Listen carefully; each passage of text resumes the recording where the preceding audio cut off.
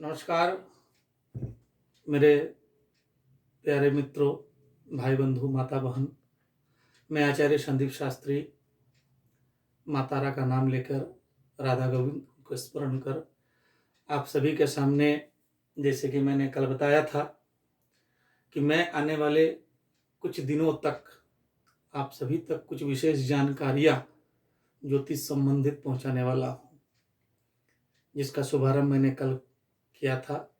आज प्रथम दिवस है और आज का मुख्य आलोचना का विषय है सूर्यादि नवग्रह मंडल। इस नवग्रह मंडल में सबसे विशेष, सबसे खास जो प्लेनेट है, जो ग्रह है, उनका नाम है सूर्य। खगोल शास्त्र के अनुसार भी सूर्य ही एकमात्र एक ग्रह है जो एक जगह स्थिर है। बाकी के सारे ग्रह एक विशेष कक्षपथ के अनुसार उस सूर्यमंडल के चारों ओर परिक्रमा में रत है। अब यही एक शक्ति का एकमात्र उत्स है सूर्य, जिसके पास खुद की प्रकाश है। उसी के प्रकाश से सारे ग्रह में प्रकाश है, ऊर्जा है। अतएव एक बात तो सिद्ध है कि 9 ग्रहों में सूर्य का सबसे अधिक प्रभाव है हम सभी मानवों के जीवन पर। वास्तव जीवन में भी हम लोग हर एक विषय में जीवन का, चाहे वो खान पान हो, वस्त्र हो, शयन हो, कुछ भी हो, हम लोग सूर्य से ही रिलेटेड है। उसी प्रकार ज्योतिषीय विचार में भी अगर आया जाए तो सबसे अधिक महत्व सूर्य का है। अब हम लोग सूर्य के विषय में सारी चीजें जानेंगे। तो इस नवग्रह मंडल का प्रथम और सबसे महत्वपूर्ण ग्रह है सूर्य। ज्योतिष के भाव में अगर विचार किया जाए तो 12 भाव में सूर्य का स्थान है सिंह राशि में। सिंह राशि में सूर्य का अधिपतित्व है, जिसके विषय में हम लोग आगे आलोचना करेंगे और डिटेल्स में। आज बात सूर्य से होगी। हम सभी मानव जीवन में, चाहे वो नवजात हो या बच्चे हो या किशोर हो या युवा पीढ़ी हो या वयस्क ही क्यों ना हो, हम सभी के जीवन में सूर्य का क्या प्रभाव है। तो सबसे पहला बात मैं करूंगा कि सूर्य का प्रभाव हमारे जीवन में कैसे और किस प्रकार है। सर्वप्रथम बात मैं युवा पीढ़ी का करना चाहता हूं, क्योंकि देश समाज की बागडोर युवा के ही हाथ में होता है। प्रत्येक युवा अपने जीवन में प्रतिष्ठित होना चाहते हैं, और प्रतिष्ठित ही नहीं, सुप्रतिष्ठित होना चाहते हैं। और अपने आप को सुप्रतिष्ठित करने के लिए आपके जीवन में सूर्य का विशेष भूमिका है। सूर्य ही एक ऐसा ग्रह है जो व्यक्ति को पद प्रतिष्ठा दिलाता है। आप किस पद पर रहेंगे, उस पद की गरिमा में आप कितना वृद्धि लाएंगे, ये निर्भर करता है सूर्य के ऊपर। आपके जन्म कुंडली में सूर्य जितना अधिक बलवान होगा, उतने ही आप जीवन में सुप्रतिष्ठित होंगे। चाहे वो पढ़ाई लिखाई हो, चाहे वो कर्म हो, व्यवसाय हो, किसी संगठन को चलाना हो, चाहे वो किसी भी चीज की आप कामना रखते हो, उसमें सफल होने का, सूर्य आपका जितना बलवान होगा, आप उतने ही जल्दी उस पद पर प्रतिष्ठित होंगे। और बहुत से भाई बंधु जीवन में सरकारी जॉब चाहते हैं। बिना सूर्य के बलवान होने के, अगर सूर्य बलवान नहीं है तो सरकारी नौकरी मिलना लगभग असंभव हो जाता है। इसलिए सूर्य का उच्च होना बहुत ही आवश्यक है। अब बात है हमारे शरीर में। शरीर में सूर्य का अधिपत्य तो कहाँ कहाँ है। सबसे बड़ी बात दृष्टि शक्ति, द्वितीय है केश, बाल कम होना, बाल झड़ जाना, ये भी सूर्य के ऊपर है। हड्डी का टूट जाना, ये भी सूर्य के ऊपर है। कफ का होना, ये भी सूर्य के ऊपर निर्भर करता है। शरीर में ज्वर आदि अधिक पीड़ा होना, ये भी सूर्य के ऊपर निर्भर करता है। और सबसे महत्वपूर्ण बात, हमारे शरीर के जो सबसे खास पार्ट है जिसका नाम है हृदय, दिल, हार्ट, उस हार्ट की स्थिति भी निर्भर करता है सूर्य के ऊपर।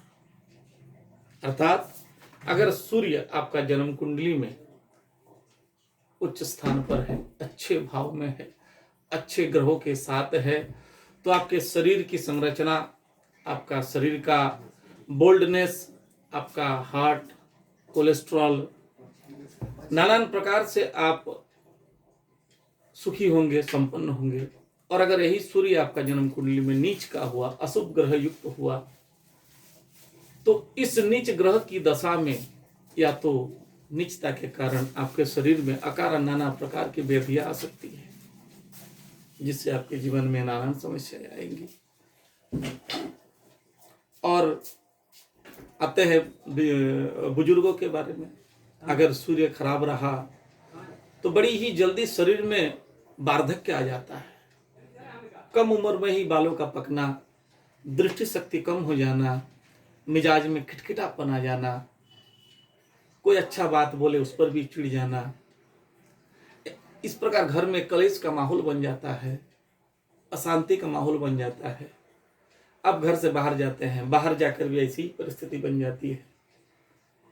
किसी की छोटी सी बात आपको बहुत बड़ा टेंशन दे देता है, तो ऐसे जीवन झंझाटपूर्ण बन जाता है। ये कारण है सूर्य के अशुभ होने का। इस प्रकार सूर्य का उच्च, सूर्य का शुभ, सूर्य का नीच या अशुभ होने पर आपके जीवन में इतने सारी समस्याएं आ सकती है। अब बात है कि इस स्थिति में क्या किया जाए। क्या ऐसा करे कि अगर मेरे कुंडली में सूर्य नीच है तो भी हमको सूर्य का अशुभ फल ना मिले, या तो उससे हमको छुटकारा मिले। तो उपाय है बंधु, मैंने पहले ही कहा कि हमारे शास्त्र में हर समस्या का सुंदर और सहज समाधान दिया हुआ है। ऐसी बात नहीं कि लाख करोड़ रुपया खर्च करके ही या तो 2-5 हजार खर्च करके ही इसका समाधान हो सकता है। बिना एक पैसा खर्च किए भी आप अपने ग्रहों को सुधार सकते हैं खुद से। अब ये तो आपकी ऊपर निर्भर करता है कि पकवान आप घर में बना के खाओगे कि बाजार से खरीद के लाओगे। श्री ठाकुर ने आपको जैसा स्थिति दिया है आप वैसे समाधान कीजिए। अगर आपके पास समय है, अवसर है, तो आप खुद से ही घर बैठे कीजिए। और अगर आपके पास समय नहीं है, आप बहुत ज्यादा व्यस्तता में हैं, तो आप आसानी से जो उपाय है वो कर लीजिए। अब आते हैं उपाय में। अगर आपके जन्म कुंडली में सूर्य अशुभ स्थिति में है तो क्या करें। सबसे पहले मैं कुछ चीज बताऊंगा जो आप आसानी से घर बैठे कर सकते हैं। जैसे प्रत्येक दिन थोड़ा जल्दी अपने आप सो के उठ जाए।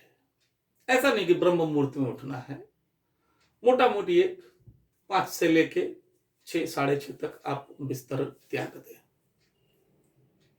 उठ करके सर्वप्रथम गणेश जी का दर्शन करें, तत्पश्चात अपना नित्य कर्म आदि करके स्नान करके उस भींगे कपड़े को धारण कर ही अपने घर के तुलसी जी के पास, या अगर आप जलाशय में स्नान कर रहे हैं तो जलाशय में ही पूर्व दिशा में मुंह करके भगवान सूर्य को प्रणाम करें।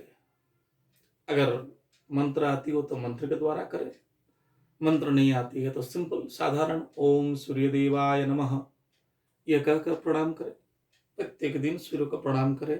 और रविवार के दिन तांबे के लोटे में जल, गुड़, थोड़ा सा रोली कुमकुम ऊपर में डालकर एक लाल फूल ऊपर में रखकर पूर्व दिशा में होकर भगवान सूर्य को जल दें। और जल ऐसे दें कि जल कहीं गिर के बहे नहीं, एक ऐसे स्थान पर गिरे जहां गिरने पर किसी के पैर आदि में ना लगे। और भगवान सूर्य को सूर्य मंत्र से जल दे। ओम ह्रीं सूर्य देवाय नमः यह कहकर भी दे सकते हैं। अगर किसी को मंत्र आती हो, यही सूर्य सहस्रांग से तेजराशिनोकंपः जगतपति मान भक्त गृहानिर्गतिवाकरः नमो सूर्यमंडलाय नमः, ऐसे कहकर जल अर्पण करें। जल अर्पण करने के बाद सबसे प्रथम आहार गुड़ का करें। सबसे पहले थोड़ा सा गुड़ खा ले, उसके बाद अपना नाश्ता वगैरह जो भी हो करे। अगर आप संभव हो तो रविवार के दिन थोड़ा सा शुद्ध आहार का ग्रहण करें, अर्थात प्याज लहसुन वर्जित सारे खाने आप खा सकते हैं। उपवास की कोई आवश्यकता नहीं, बस प्याज लहसुन रविवार को नहीं खाना है। ये इस बात का आप ध्यान रखें। एक लाल तिलक अपने मस्तक पर लगाएं। ऐसा करने से आसानी से आपका अशुभ सूर्य भी शुभ फलदायी बन सकती है। दूसरे में अगर आप संभव हो तो एक मानिक रूबी 4 से 5 रत्ती का अपने दाहिने हाथ के रिंग फिंगर में धारण कर सकते हैं। बेल का जो वृक्ष होता है उसका जड़ निकालकर रविवार को बढ़िया से धोकर भगवान शिव के मस्तक पर स्पर्श करा के लाल धागे से अपने दाहिने बाहु में भी बांध सकते हैं या तो गला में भी बांध सकते हैं। इससे भी सूर्य शुभ फलदायी बन जाता है। सूर्य संबंधित कुछ वस्तुओं का दान कर सकते हैं। भगवान विष्णु के मंदिर में गेहूं और गुड़ लाल कपड़े में बांधकर आप रख सकते हैं। दान करने के बाद मंदिर पे बैठकर ओम नमो भगवती वासुदेवाय मंत्र का जाप कर सकते हैं। लाल वस्त्र में कुछ मीठा सामान लेकर उसमें कुछ पैसा देकर किसी भी गरीब ब्राह्मण या किसी भी दरिद्र नारायण को आप दान कर सकते हैं। रविवार को मीठा वस्तु किसी को आप खिला सकते हैं। आटे की गोली में थोड़ा सा गुड़ रखकर गौ माता को खिला सकते हैं। इस प्रकार की छोटी छोटी उपाय करके आप आसानी से घर बैठकर अपने जन्म कुंडली स्थित अशुभ सूर्य को भी शुभत्व में बदल सकते हैं। और ऐसा करने से कुछ ही दिनों में 90 दिन के भीतर आप देखिएगा आपके जीवन के सूर्य संबंधित जो भी नकारात्मक फल था वो सकारात्मक में बदलती आएगी, नजर आएगी। जैसे आप नौकरी के तलाश में हैं तो वो आसानी से आपको मिल सकती है। आपका पढ़ाई में मन नहीं लग रहा, वो लगने लगेगा। आपका जो चिड़चिड़ापन था वो धीरे धीरे समाप्त हो जाएगा। नेत्र संबंधित कोई समस्या था उसमें सुधार आएगा। अगर अकारण बाल झड़ रहे थे उसका भी समाधान हो जाएगा। और सबसे बड़ी बात, मन में शांति आएगी और शांति आने से शरीर का रोग ऐसे ही दूर हो जाता है। इसलिए मेरे भाई बंधु माता बहन सभी से निवेदन है कि भगवान सूर्य को अपने शुभ फलदायी बनाने के लिए मैंने जो भी कुछ थोड़ा बहुत आप लोग के पास उपाय निवारण बताया उस सब को अवश्य आप लोग घर बैठे कीजिए। और कुछ दिनों में देखिए आपके जीवन में कैसा परिवर्तन आता है और आगे का सब कुछ शुभ ही शुभ हो, यही कामना लेकर आज के इस वीडियो को यहीं पे विराम देते हैं। अगला वीडियो में मैं आप सभी के साथ जो चीज आलोचना करने जाऊंगा वो है चंद्र। भगवान चंद्र का हमारे जीवन पर क्या प्रभाव है। जय माता रानी।